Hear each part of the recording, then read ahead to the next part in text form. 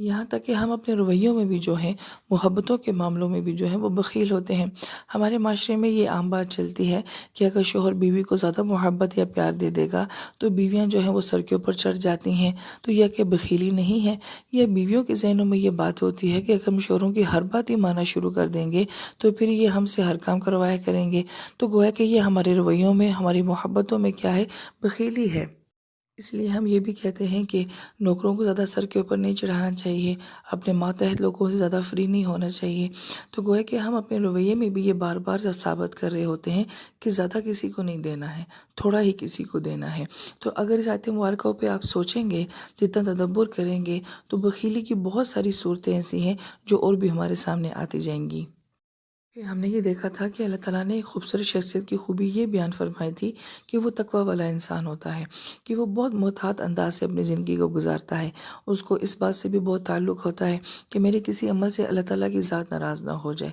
وہ اپنے آپ کو بھی گناہوں سے بچانے کی کوشش کرتا ہے، اور وہ مخلوق کے معاملے میں بھی بہت حساس ہوتا ہے کہ میرے کسی عمل سے مخلوق کو جو ہے وہ تکلیف نہ پہنچ جائے۔ لہٰذا وہ اپنی شخصیت کو بھی خوبصورت بناتا ہے اور اپنی شخصیت کے نقصان سے دوسروں کو بھی جو ہے وہ بچانے والا ہوتا ہے۔ یہ بڑا پیارا انسان ہوتا ہے، یہ تقوی والا ہوتا ہے، اس کے دل میں اللہ پاک کا خوف ہوتا ہے۔ اس کے برعکس اللہ پاک یہاں پہ جو خامی بیان فرما رہے ہیں وہ وستغنا کی ہے، کہ وہ انسان کہ جو کہ ہر بات سے بے پرواہ ہوتا ہے۔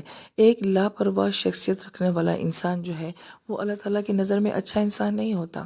اگر اس کو عبادات کا کہا جائے، اللہ تعالیٰ کی ذات کا کہا جائے، وہ کہتا ہے مجھے مرنے سے ڈر نہیں لگتا، مجھے کوئی پرواہ نہیں ہے کہ مجھ سے کون راضی ہے کون ناراض ہے۔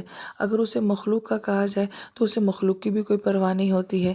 وہ یہ کہتا رہتا ہے کہ مجھے ماں باپ سے کوئی فرق نہیں پڑتا، مجھے دوستوں سے کوئی فرق نہیں پڑتا، مجھے بیوی سے کوئی فرق نہیں پڑتا۔ یہاں تک کہ مفسر کرام یہ فرماتے ہیں کہ اس کی زندگی میں کوئی موٹیویشن ہی نہیں ہے۔ علم کا اس کو کوئی شوق نہیں ہوتا، عمل کا اس کو شوق نہیں ہوتا، ہنر کا شوق نہیں ہوتا، اپنے آپ کو ایک قابل انسان بنانے کا شوق نہیں ہوتا۔ گویا کہ لاپرواہ انسان وہ ہوتا ہے جو کہ معاشرے کا ایک ناکارہ انسان ہوتا ہے۔ یہاں پر اہل علم جو ہیں بخل کو اور استغنا کو بڑے خوبصورت انداز میں اس طرح سے بیان کرتے ہیں کہ بخیل انسان دراصل میں وہ ہوتا ہے جو اپنے آپ کو ضائع کر رہا ہے۔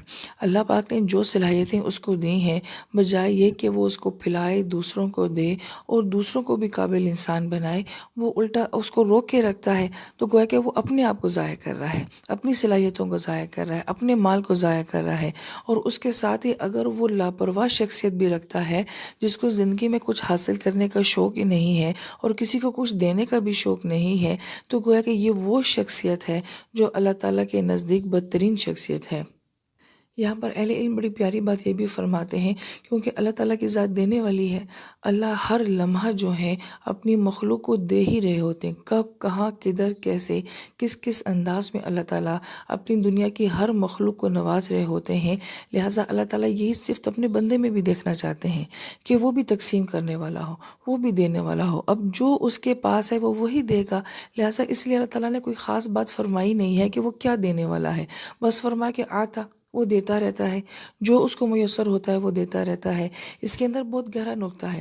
اگر صرف اس کے ساتھ آتا کے ساتھ مال لگایا جاتا تو اس کا مطلب تھا کہ بس صرف ہم مال دے کے ہی دینے والے بن سکتے ہیں، لیکن اللہ پاک نے تو مال کا ذکر ہی نہیں فرمایا۔ آپ نے فرمایا کہ جو کچھ بھی ہے وہ دے دو، وہ مخلوق میں تقسیم کر دو۔ پھر جو یہاں پر تیسری خامی بیان کی گئی ہے وہ فرمایا کہ وَكَذَّبَ بِالْحُسْنَىٰ، کہ وہ خوبصورت ترین بات کی جو ہے وہ تکذیب کرتا ہے۔ اس سے تو ایک تکذیب وہ ہوگی کہ وہ کلمے کو ماننے والا نہیں ہے۔ گویا کہ اللہ پاک فرماتے ہیں کہ مومن ایسا ہو ہی نہیں سکتا کہ جو کہ بخیل ہو، جو کہ لاپرواہ شخصیت کا مالک ہو۔ جیسے حدیث پاک کا مفہوم ہے کہ نبی علیہ السلام نے فرمایا کہ مومن بزدل ہو سکتا ہے لیکن مومن جو ہے وہ بخیل نہیں ہو سکتا۔ پھر حسنہ کی تعریف میں ہم نے یہ جانا تھا کہ حسنہ سے مراد اچھے اعمال بھی ہوتے ہیں اور حسنہ سے مراد سچ بھی ہوتا ہے۔ تو گویا کہ یہ جو انسان ہوتا ہے وہ ہر اچھے عمل کا جو ہے وہ انکار کر رہا ہوتا ہے، چاہے وہ اچھا عمل عبادات کی صورت میں ہے، چاہے اس کا تعلق مخلوق کے ساتھ ہے، اس کی اپنی فیملی کے ساتھ ہے، اور سب سے بڑھ کر یہ کہ اس کا اپنی ذات کے ساتھ ہے۔ اگر ایسے انسان کو کہا جائے کہ آپ اپنے آپ کو بہتر بنا لیں، اپنے آپ کے لیے اچھے ہو جائیں، تو گویا کہ وہ اس کی بھی تکذیب کر رہا ہوتا ہے۔ اور پھر فرمایا کہ سچ تو سچ سہنے کی اور سچ کہنے کی ایسی شخصیت میں جو ہے وہ طاقت نہیں ہوتی ہے۔ مفسرین کرام یہ فرماتے ہیں کہ اللہ پاک نے صرف 3 اعمال کا ذکر کیا ہے کہ اگر انسان دینے والا ہو اور اس کے اندر خوف خدا موجود ہے، اور تیسری بات ہے کہ اگر وہ سچ کہنے اور سچ سہنے کی جو ہے وہ صلاحیت اور ظرف رکھتا ہے، تو یہ 3 خوبیاں ایسی ہیں جو انسان کی شخصیت کو بہت اونچا لے کر جاتی ہیں، یہاں تک کہ اس کو مقام صدیقیت تک پہنچا دیتی ہیں۔ اس کے برعکس اگر انسان کے اندر 3 خامیاں ہیں کہ وہ بخیل ہے، وہ لاپرواہ شخصیت کا مالک ہے اور ہر نیک عمل کا انکار کرتا ہے، تو یہی 3 خامیاں ایسی ہیں جو انسان کی شخصیت کو بہت نیچے لے جاتی ہیں، بہت گہری کھائی میں گرا دیتی ہیں۔